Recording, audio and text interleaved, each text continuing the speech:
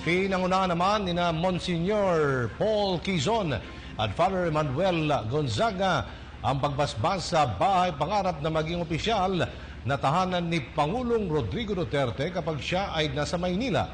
Isinagawa ang house blessing bago isagawa ang ikatlong cabinet meeting at ilang oras bago ilabas ang desisyon ng UN Permanent Court of Arbitration.